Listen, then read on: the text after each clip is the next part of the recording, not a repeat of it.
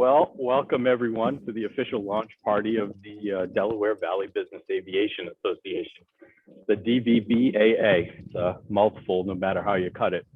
I'm your proud co-chair, Justin Kinkle with Flight Safety International. Thank you for joining us today as we kick off our organization and letting us represent those of you in the South Jersey, Pennsylvania, and Delaware area. Just a few housekeeping items before we begin. Please remember to keep yourself muted. And if you could, please turn off your video. We encourage you to use the chat function or raise your hand, introduce yourself and the company you work for. Finally, we'll be monitoring the chat feature for any questions that come in that you might have. Feel free to ask questions at your leisure, but keep in mind that we're going to have a question and answer period at the end of the event. Just a brief history. Many of you will remember that this effort was started by NBAA members in the Delaware Valley, looking for more opportunity to network and have increased representation in the local area and airspace. Through discussions with NBAA regional representatives, we've learned that the best way to go about this is to start a local or regional group, depending on the scope, and then join the ranks of about 60 other regional and local organizations across the nation with a mission that's similar to ours. The first meeting of the minds took place way back in November of 2018, hosted by Pfizer, actually, in their hangar, with about 20 of us vocal locals in attendance as prospective members. The goal of that meeting was to determine exactly what we need, an idea of the overall interest, and fill as a catalyst to start planning what would soon become the DVBAA. We want to offer special thanks to those individuals that were so important in the early stages. Without their insistence, our insistence, and passion, there would never have been any subsequent meetings. So 2018. We certainly did not see it taking until 2021 to launch. 2019 saw some great progress as we had a fairly severe learning curve that never seemed to plateau with our new board. And then March of 2020, like so many in our industry, the pandemic put essentially a full halt on most activities, which were necessary to finalize our group and officially be recognized as a nonprofit in the eyes of government, both at a state and local, or federal level. Nevertheless, here we are. We're ready to work for you, all of you in the Delaware Valley. The DVBAA's primary objective is to provide value to our members through education and workforce development, legislative activities, most visible of which currently is POTUS TFRs, and networking, with the goal of promoting a cooperative forum to ensure safe, convenient, and efficient air travel for our respective stakeholders and end users. With that, I'd like to recognize our current board members who have really been the backbone to starting this new organization. Co-chair, Lee Rafalco of Corteva Agriscience, coming into screen right now. Our treasurer, Kim Lucas of Jet East Aviation, Secretary Cliff Perry of Dassault Aircraft Services, and our outreach committee chair, Ron Crosser, again of Dassault Aircraft Services. This list could not be complete without giving a special thanks to Colin Thomas of Textron, who recently moved away from the area and can no longer serve on the board, but was absolutely instrumental in creating our website and our initial communications platform. I would also like to take a moment to thank the companies that our board members work for. Without their support and understanding of the time commitment that it takes to not only be a board member, but also start from the ground a new regional organization is more than appreciated. We appreciate the support of these organizations that give us their full belief in our commitment to the industry. Finally, we would like to thank the NBAA in supporting our efforts through the last 2 years. Our regional representative, Brittany Davies, is someone I could never say enough about. We could never say enough about. Brittany not only brought the expertise and technical skills to allow the group to make a start, but more importantly, she brought motivation when we needed it the most, excitement, even during the worst of the pandemic lows. Brittany became our teacher, our mentor, and our biggest, most forthcoming advocate in ensuring the dream of that first meeting way back in November of 2018 came to life. With no hint of exaggeration, Brittany embodies the magic of aviation and the rush that comes from being in this business. Thank you, Brittany. Now, it is my pleasure to announce our keynote speaker. We are elated to have him here for our first and cannot thank him enough for his support to our members in the Delaware Valley. As I mentioned, we will also have a Q&A session after his discussion. Please feel free to enter your questions in the chat or click the raise your hand button at the bottom of the screen. With that, he really needs no introduction, but please welcome the President and CEO of the NBAA, Mr. Ed Bolen. Well, thank you, Justin. It's just an absolute honor to be here today. You said you were elated to have me. I'm elated to be here. You know, for many, many years, NBAA has relied on our local, state, and regional groups to really augment everything we do and help us in our mission to create an environment that allows business aviation to thrive in the United States and around the world. And you know, the 60-some groups that have been in existence have proven invaluable on helping us both at the federal and at the local level make sure that we promote access to airports and to airspace, that we are safe, that we're secure, and increasingly we're sustainable.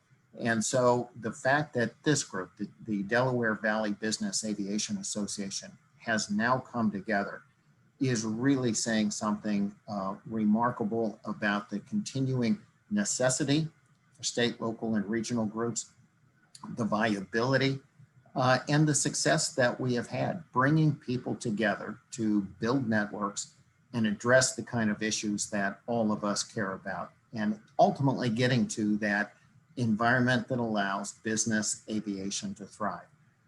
It's exciting to see that after all of these years and all of these challenges, that the Delaware Valley Business Aviation Association is coming to fruition, that we're having this meeting.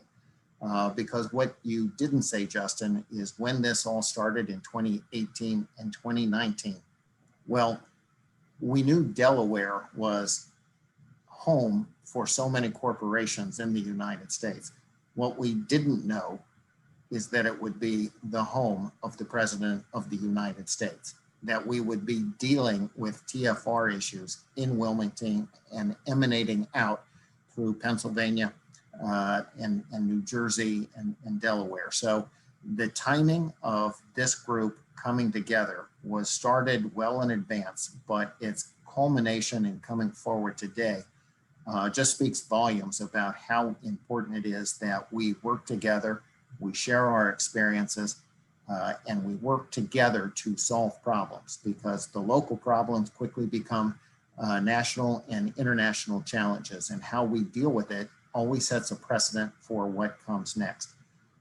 We know that already dealing with the TFR, that we had challenges with the gateway in Newark and moving that to Allentown, augmenting it with Dulles has been very necessary. We still have a long way to go. Fortunately, our opportunity to work with Ben in the airport and be able to communicate has been augmented by the fact that we've got so many strong leaders on the airport and on the Delaware Business Aviation Association. So it is hard to imagine a founding of an organization whose timing and importance is more significant than what we're dealing with now. and you augment that with the TRACON shift from New York to Philly, we are quickly going from brand new to very essential, and I'm excited to be part of it. I just want to thank Justin Lee, everybody that has worked so hard to make this day a reality. And Justin, I'm really glad you gave the shout out to Colin Thomas. I talked to him over the weekend. As you know, he's moved down to Austin, Texas. I was hoping he would have an opportunity to be with us today, but he had another meeting. But yes, the work that he did to try to help set up the web page, get the newsletter going, those are the significant efforts that volunteers need to make to get us to places like today. And I'm glad that that hard work did not go unrecognized. So I appreciate that very much. I thought what I would do today is just talk a little bit about the state of the business aviation industry at a national, federal level, but also be available to talk about in Q&A anything that this group wants to talk about. So while my remarks may be more narrow and not address all of the questions, please understand that everything is a topic for conversation, and I'm excited to be here to work with you to answer any questions you have or to embark on any new challenges that you think are appropriate. Meeting today is very exciting because last week we had our board of directors in Washington, D.C. We held our first in-person meeting since COVID-19, and it really was important, I think, for us to come together. It was actually a hybrid meeting.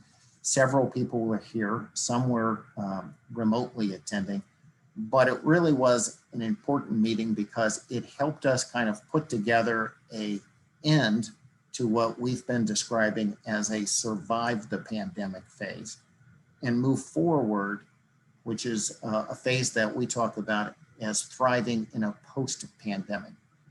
There's seldom a bright line that separates things. Certainly going into COVID, that came pretty clearly in the middle of March.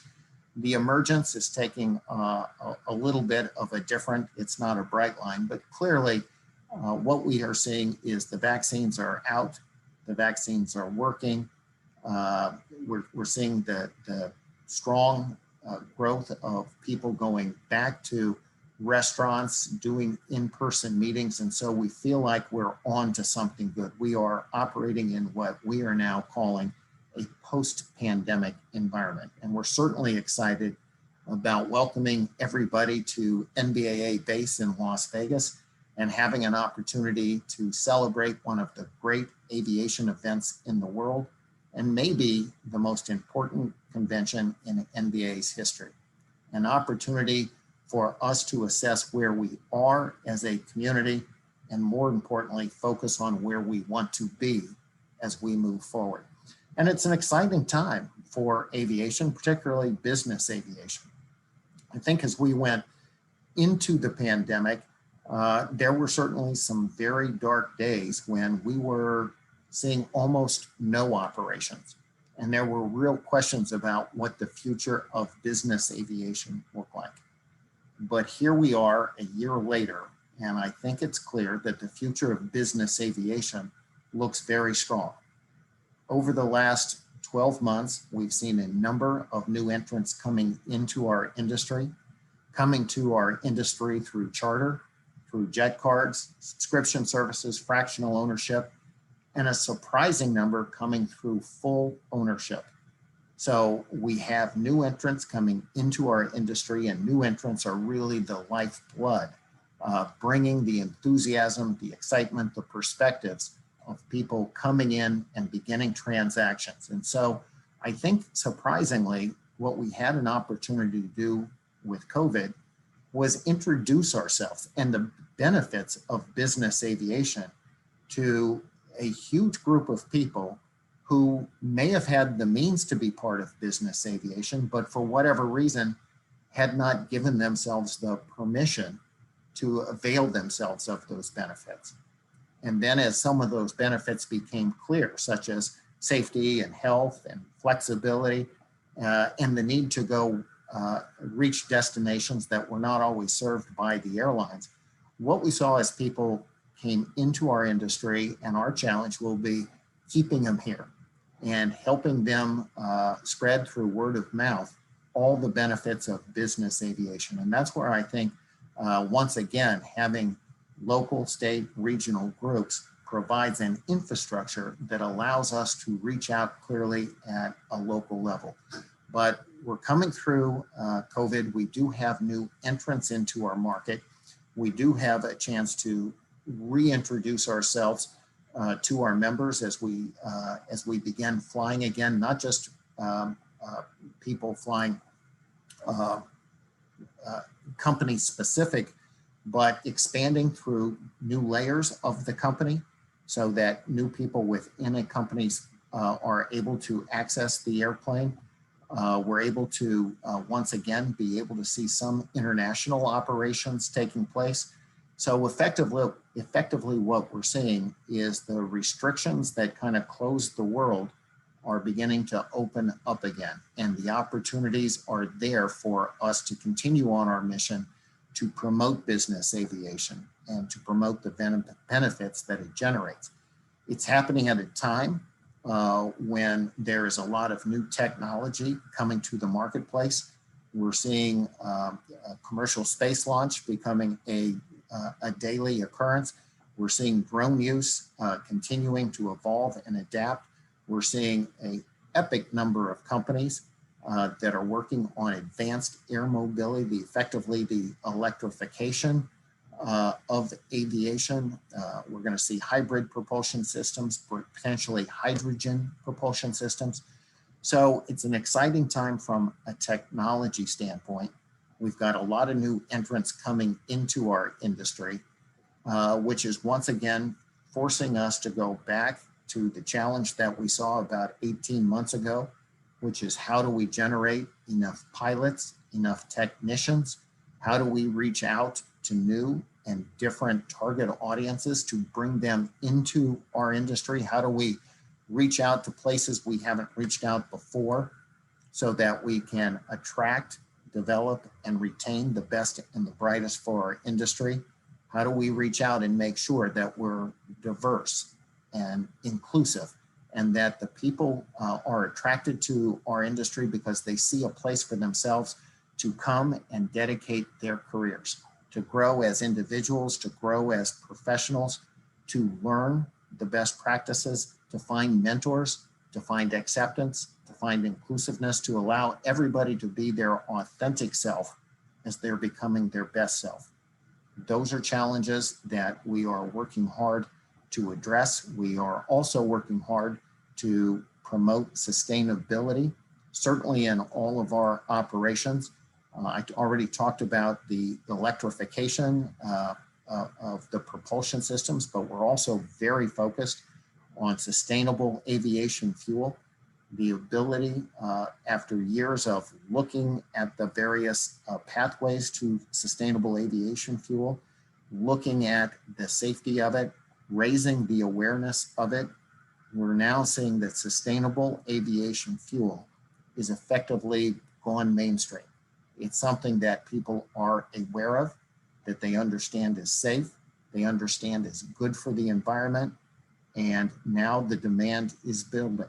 And one of the things that we're trying to do at NBAA is to increase the availability. We want sustainable aviation fuel to be available, to be affordable, and to be adopted. And so we have built the awareness part. We're now working on those other A's. And so a lot of our efforts here in Washington are related to trying to create a blender's tax credit that will spur the production, hopefully reduce the price, and we'll be able to create that virtuous cycle where the more demand, the more production, the more availability, and that spurs more demand, lowers cost, and all good things happen. So this is an important time in our industry when we continue to focus on attracting, developing, and retaining the best and the brightest, wherever they come from, spurring innovations in technology, focusing on reducing our environmental footprint as we resume our operations. We also want to make sure that we're safe and perceived to be safe, that we're secure, and that we have access to both airports and airspace. And that means making sure that our ongoing vigilance to make sure that the public airspace is available to the public, that we use it effectively through programs like NextGen, that we keep our airports open, and we're all close enough to East Hampton to see what real pressure on an airport can look like. And just recognize that we're a large industry, we're a diverse industry, but we're a close-knit industry, and we can learn from each other. We can share our experiences. We can promote best practices, and working together, I think we can achieve an extraordinary level of efficiency and effectiveness to be relevant to a world that is changing rapidly. And we can not only be part of that change, but we can facilitate it.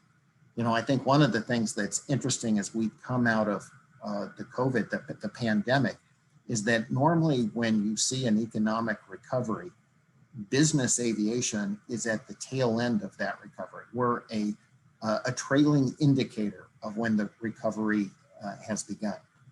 This time around, what we're seeing is that business aviation is going to be at the lead as new international markets open, just as we've been in the United States, making sure a lot of that transportation to those cities that may have lost commercial airline service remain viable, just as our humanitarian efforts continue to take place, helping us to do things like move testing equipment, deliver vaccines, provide PPE nationally and internationally.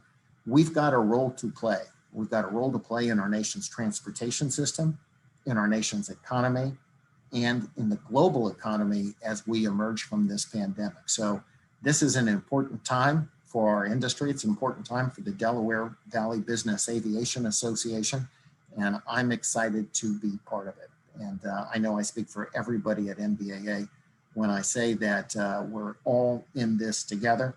We're going to share our strengths, and we're going to reach new heights. So I'm going to pause right there and take any specific questions anybody has. But once again, to Justin, to Lee, to the board of directors, to everybody associated with the Delaware Valley Business Aviation Association, congratulations and thank you.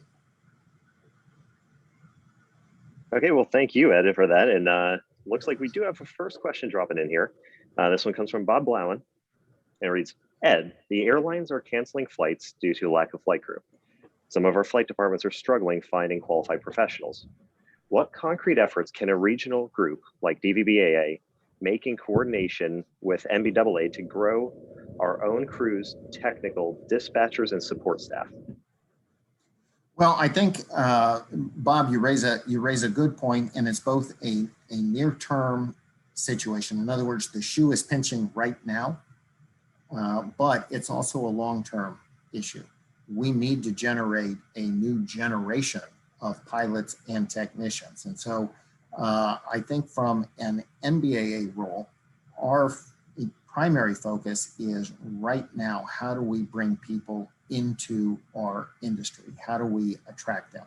And I think a big part of that is whether it's NBAA at a national level or the Delaware Valley Business Aviation Association at a local level, it's making sure people understand that these jobs exist, that they are good jobs, and that this is an industry that has a lot to offer people.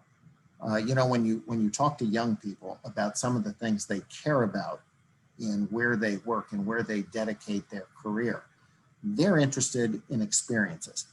They want to do things. And certainly business aviation gives people an opportunity to experience a great deal. It's not just flying between a handful of commercial airports on a fixed schedule. It's an opportunity to go places that not everybody gets to go. To be able to immerse yourself in small towns and big cities, and having an opportunity to effectively see the world Young people like to work on advanced technology, and the technologies that are part of business aviation are absolutely extraordinary. So we offer experiences, we offer technology, we also offer community. A lot of people want a sense of belonging. They want to know that there are people that care about them as individuals, not just as employees, not just as numbers. And I think everybody knows that the business aviation industry has that ability to come together and be a close-knit group, provide a sense of belonging. Young people also want to know that their skills are going to constantly evolve and they're going to grow as professionals and as individuals. So when we look at things like our professional development programs, that's an opportunity for people to grow as professionals and grow as individuals. And people, of course, want to help the environment. And we've made a commitment to sustainability within our industry. We're clearly focused on things like sustainable aviation fuel, but we're moving toward developing criteria for a sustainable flight department. We're looking at manufacturers that are reducing their footprint on all of the materials going into an aircraft. So in response to Bob's question, I think all of us need to recognize what our industry has to offer. We need to work together to be advocates and ambassadors. We need to speak proudly about our industry to our family, to our friends, to our colleagues, to our neighbors, to our communities, and continue to build out from that. I think we've got a great deal to offer individuals. We need to make sure they know that. And then as we recruit them in, we need to give them the tools they need to succeed. We need to provide mentorship. We need to provide guidance. We need to let people know that we care about them as an individual and as a professional. So I think there's a lot we can do at a personal level, at an organizational level, at a local level, and at a national level. And Bob, I know you individually have always been a great ambassador for business aviation, for all of aviation. You have a passion for the industry and you have shared it liberally. I would urge everybody to look at what you've done and follow that lead. You've been a model that I think we all can emulate. And I just ask you and everybody else, let's do more and let's do better. We're on to something good here and we want to share it.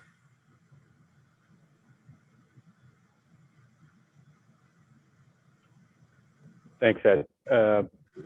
You know, one of the things that the DVBAA really has going for it to get us off to a running start is Cliff and Ron come to us with the expertise of community outreach and specifically going to high schools, colleges, flight schools, and talking to the young people, the next generation out there, introducing them to aviation as an industry, not just pilots and mechanics, but everything about it. And they are bringing that expertise to us here at the DVBAA and volunteering their time to make sure that there's a cohesion of interest so that we can too be that catalyst for the next generation in our aviation industry. And I just want to underscore how important that is, that we're out in the community and whether it's at the college level, the high school level, or younger, any involvement at any age is important. Joe D'Amato, NBAA Senior Vice President, is on this meeting and part of this webinar today.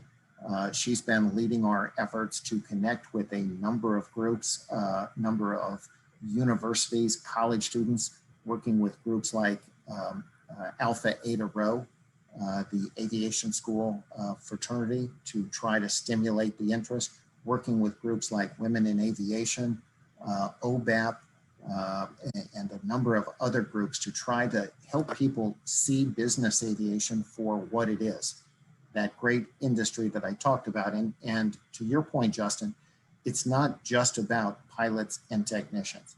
This is an industry where Artistic design is important, insurance, finance, media, journalism, all of that stuff.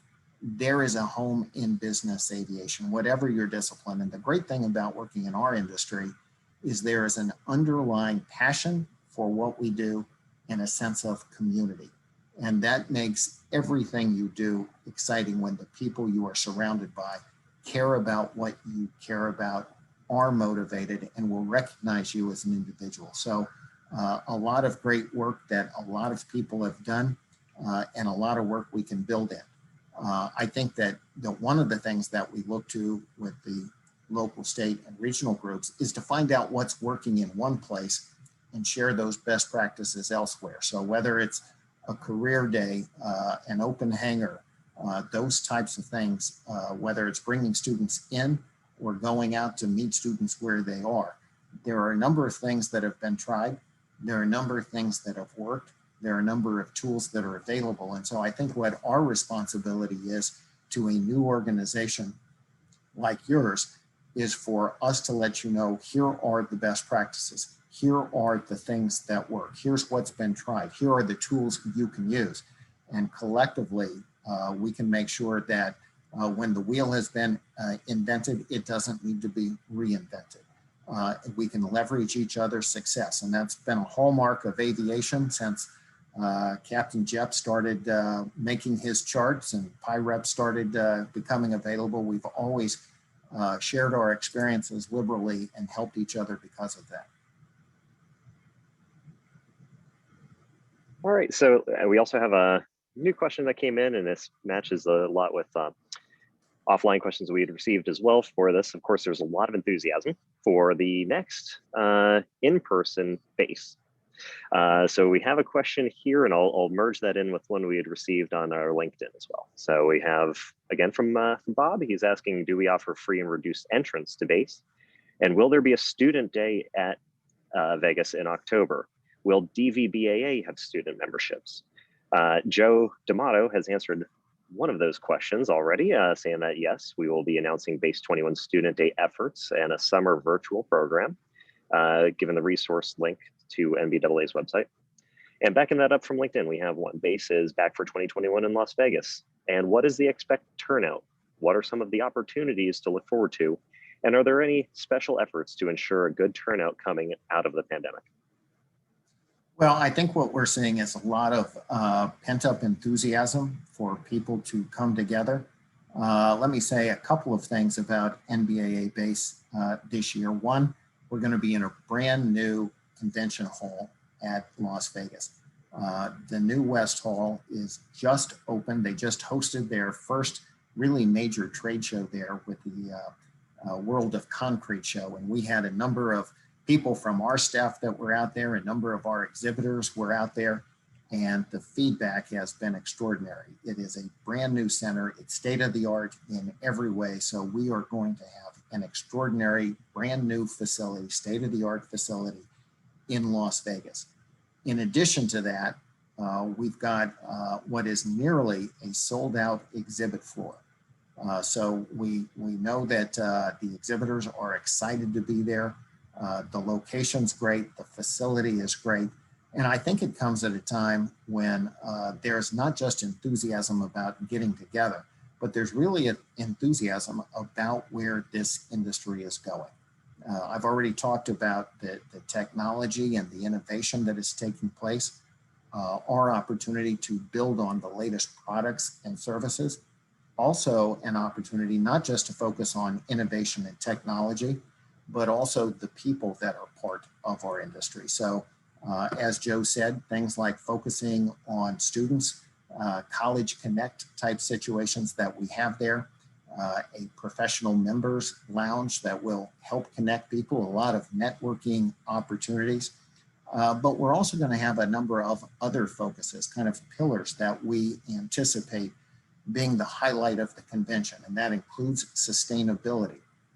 In fact, we're going to have a global business aviation summit that is taking place in conjunction with NBAA Base. We're certainly going to celebrate advanced air mobility. We're going to talk about bringing people into our industry, attracting the best and the brightest, focusing on things like DEI and our outreach, and having a strong sense of community. So I think our expectations are we are very bullish on this year's base. We think it will be an epic convention. We think it will be one of the most, if not the most, significant events that NBA has ever done. It has been 2 years since we've been together. We're not just coming back, we're moving forward. And we're excited to have a lot of the people who are participating today join us in Las Vegas in October. Well, thank you, Ed. And dovetailing off the last part of that question, specifically asking, will DVBAA have student memberships? The answer is yes, we do intend to. We are looking forward to being able to bring in student members who are interested in learning about the field, whether from a maintenance flight technician through pilot, through dispatch role. It'll be a greatly discounted membership that will be on our Join Us page soon on our website. All right, now one other one comes in here is asking about sustainable aviation fuel. We have one that is asking, it's a subject that has become popular conversation in flight operations, with emphasis in some into the point of contentious supply orders. Okay, there we go. With the demand on the rise, what part does the NBAA play in advocating on behalf of the consumer with topics like supply assurance, safety, pricing? Well, I think the safety has been proven. So sustainable aviation fuel is Jet A. It's drop-in. So there's no safety issue related to sustainable aviation fuel. It is aviation fuel, period, full stop. And I think that the engine manufacturers, the OEMs, everybody else has recognized that. So from an awareness that this fuel is safe, I think that that should be very clear and understood. This is, at the end of the day, Jet A, and that's why you don't see placards, you don't see different things in manuals. It is effectively Jet A. So that part we've addressed. The bigger issue, I think, is exactly the issues that have come up, and that is how much production is there and at what price. And so as we've looked at it, for there to be production in large volumes, and for us to bring the price down, you have to first send signals to the market that that demand exists by and create others saying, we want to get into this. And so what we're trying to do to stimulate that production is, as I mentioned earlier, we're trying to provide a tax credit for blenders so that they will dedicate space at their refineries for the production of sustainable aviation fuel, that they will invest in the future of that. So we want to provide a federal blenders tax credit to make it available. In terms of its current availability, sustainable aviation fuel in the United States is available at something like 20 airports. Obviously, we operate out of 5,000 airports. So we as a community are working very hard on what we call a book and claim system that leverages blockchain technology so that even if sustainable aviation fuel isn't available where you are, you may be able to purchase it and have it go into the system. And then we want to be able to issue a recognition that you have purchased sustainable aviation fuel and contributed to the overall fleet's reduced environmental footprint. So where we are in the evolution is awareness has been raised, safety has been proven. The challenge now is on the production, the availability, the affordability, and how we bring all that together. And I think our commitment is we're going to do everything we can to push this forward, recognizing it's an opportunity to have kind of a step function in terms of emission reductions. We see that sustainable aviation fuel can reduce our environmental footprint by as much as 80%. That is huge. In the meantime, we also want to continue to work with our community at things like optimal flight routes, and other ways that the flight department can, both in its operations and its flight operations, operate as sustainably as possible. So there are a number of different initiatives going on here, but sustainability is clearly important to the future of business aviation.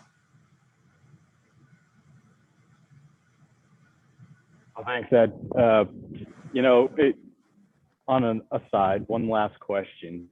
Do you have any advice for a fledgling regional group with its emerging board of directors that you could give to us? Well, just understand that you're not alone. There are over 60 groups in the United States that at one point were at inception and relied on talented and committed board of directors to help them move forward. Recognize that all of those are resources that you can call upon. NBAA and all of the other local, state, and regional groups are here to help. We want to share our experiences. We want to provide our resources. We want to support you. And so just as you mentioned, the role that Brittany has played to date, I know she's totally committed to doing more and doing better. I am too. Our entire team is. And I think the reality is there are 60 other groups out there that have whatever challenge you're going to experience, they have addressed it too. It's not going to be identical. Certainly the president leaving Teterboro is different than the president leaving Wilmington, but we have experience with that. We have some way to share. This is what's been tried. This is how it works. How do we modify that to make it uniquely workable for you? So just know that as you stand up, there is a support group around you. We want to help. We need to help, and your success is vital to the overall future of business aviation. So we are all in this together. Thank you, truly, from the bottom of our hearts for being here today. And I want to make a point to the audience at large here that with Mr. Bolen's commitment and time to see kind of the maiden voyage of the DVBAA off, a point that cannot be overseen is the utmost importance of regional groups such as this, just as we were discussing. Local and regional groups are extremely effective in a variety of ways, all of which have been spoken about and some that haven't on this WebEx today. However, it takes participating members to be the most effective. Without members, we simply don't have a voice. We don't have a direction. As we mentioned before, the DVBAA is focused on value to our members through education, legislative activities, and networking.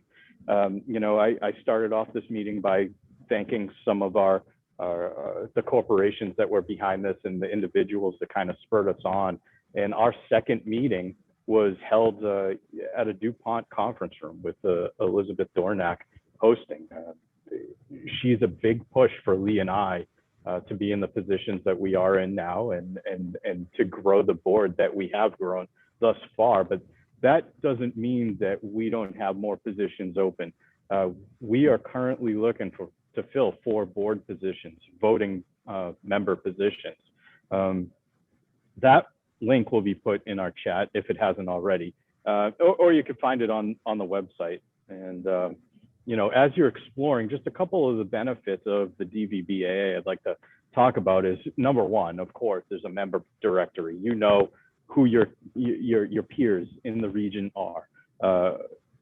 Advocacy. As we grow, we're going to have a voice. I can't repeat it enough. And with that voice, changes can happen, the changes that you want to see as members of the DVBAA. Information sharing. Right? Philadelphia, New York, TRACON switch. And then, of course, the TFR with POTUS movement and FLOTUS movement. So with that really conveniently placed segue, I have the pleasure of introducing Mr. Clendaniel.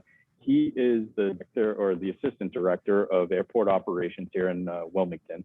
And after his brief discussion, we'll follow with another question and answer period. Just a second while we kind of switch over equipment here.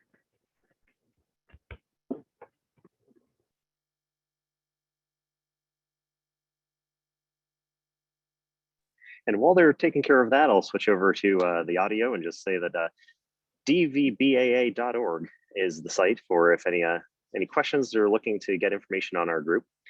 We're going to be adding more content to that as we go. And of course, if you aren't yet receiving our newsletters, that is another feature. Please feel free to include it in the chat box, or just send me a message directly. I'm happy to add you to the list. We do monthly newsletters as well as TFR updates for anything in the entire region, be that ILG, PHL, anything that might affect the airspace, either airports or upper airways. And with that, we'll switch it to Ben Clendaniel with the DVBA, with the DRBA. Hey, good morning. I want to first thank the DVBAA for the opportunity to speak to everyone. Also the opportunity for having us as members. Our organization, the Delaware River and Bay Authority, operates a system of airports. One of those is ILG, Newcastle Airport. And we rely heavily on feedback from industry groups. We're members of NBAA, and we were strong advocates for a regional group as well, recognizing as what Justin had already said, even though there's national issues that are out there, there's also those local and regional issues that it's great to have a group that advocates for everyone on that. So with that said, I was asked to speak on TFR operations, and another thank you to NBAA, their team, the airport here. We're located about 5 miles from President Joe Biden's residence, and we knew he likes to stay at home. He likes to come home during the weekends. He was that way as vice president. So recognizing the potential impacts if he were elected, we reached out to our NBAA representatives, including Brittany Davies and Doug Carr, to discuss, hey, what can we do to lessen the burden on our stakeholders here at the airport? And we looked towards the model that was used at PBI during President Trump's administration. And the NBAA group took off running and, got us in contact with the government agencies, those contacts, to see what it would take. One, to introduce gateway operations here at the airport, both inbound and outbound, and then looking long-term on what the impacts of the TFRs are going to be. And, over the next 4 years, how do we get to a point where we lessen that burden, like I said, to our operators and stakeholders that are using ILG? So we successfully, from the very first presidential visit here at the airport, we were able to have gateway operations up and running. We use a hangar here on the airport for our outbound gateways. And then for inbound, we started off with Dulles and then Newark, New Jersey. And obviously, for those of you that are both in the corporate aviation realm and general aviation realm, you're probably thinking Newark and Dulles. Those aren't extremely friendly, especially Newark. So we all had a bunch of concerns about that. And with the effort from NBAA and the efforts we made with the TSA, we were able to change from Newark to Redden. So that's what we plan to continue to do, continue to open up more options as we're impacted by presidential operations and at least making the airport viable when the president's visiting. And so the things that we're doing, besides working with our federal partners and industry partners, we're communicating with our stakeholders. We're an operator that believes you can't over communicate in most cases. And so one of those things, we're on top of the TFRs, and our operations department sends out emails whenever a TFR is issued. We've got a TFR notice or distribution group that we hit out to all our base aircraft tenants, and then those that have asked to be added to that list that frequent the airport. And so we know that it can be frustrating for some folks. This is President Biden, his schedule is very flexible. I'll leave it at that. And sometimes we don't get advance notice on the TFRs. However, we stay on top of those and we get the notice out as quickly as possible. And as Lee indicated, DVBAA does the same thing to their members. So as I said, we really believe that we can't over communicate enough the TFR impacts, and we want to keep everybody operating within regulatory requirements. So as we move forward with future TFRs and within this the presidential term, we're hoping to accomplish more and lessen that burden. So with that said, if there are any questions regarding TFRs or any other efforts that NBAA, DVBAA, or the airport's taking, feel free to ask.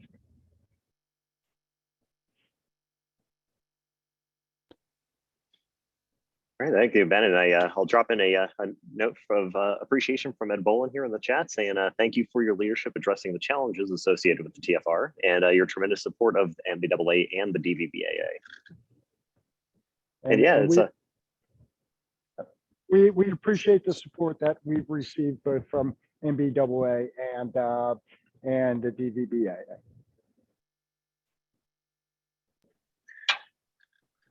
All right, yeah, with that, everybody here and the operators in the Delaware Valley area, the TFRs have become something we are fairly accustomed to by now, but if you do have any specific questions, please feel free to drop them into the chat with whether it's how to do the clearance, when clearances typically are, or how to get onto the notification lists for them.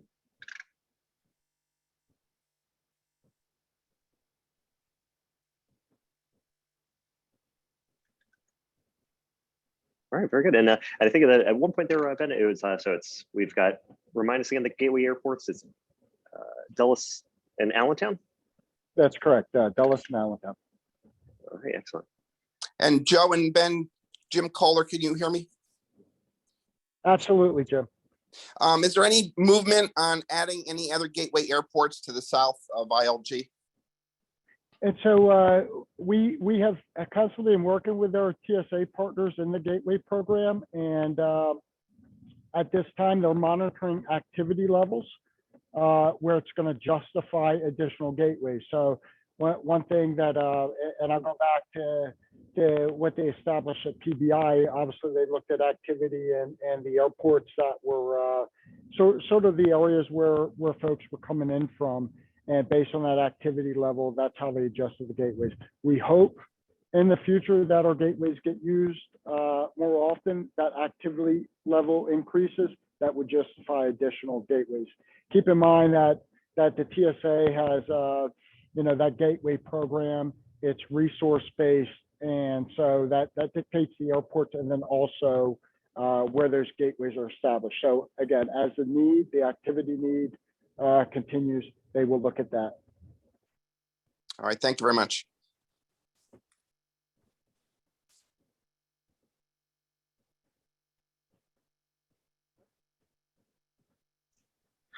All right, well then after that, if there's any other topics anyone would like to discuss here in the chat, we can do that with the Q&A, or otherwise, appreciate everybody's time. So we'll throw in a closer here if there's nothing left. Thank you. Oh, hey, here we got one for you, Ben. Ben, could you talk about the next steps to make the TFR more friendly beyond the gateways? Well, okay, I think that was fairly well discussed there in your latest statement. Okay.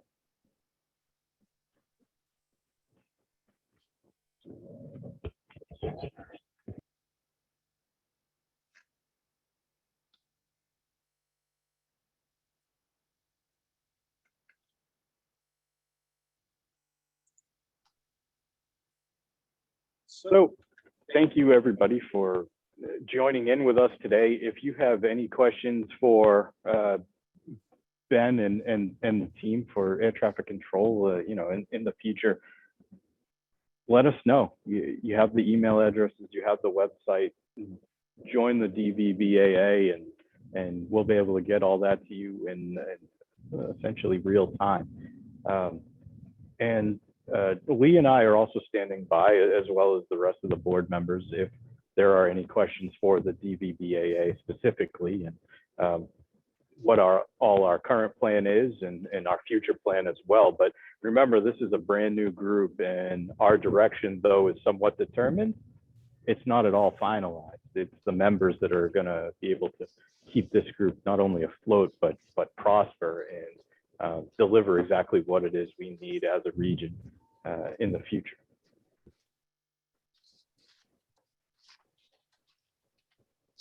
So with that, everyone, I'll give you back a few minutes of your day, and we truly appreciate you. And we're excited to see you all on this kind of long journey that we're finally embarking on together, really. And I can't wait to see you all at the next meeting, and your friends that you're going to invite as well. Thank you, everyone. Have a great afternoon. Thank you. Thank you.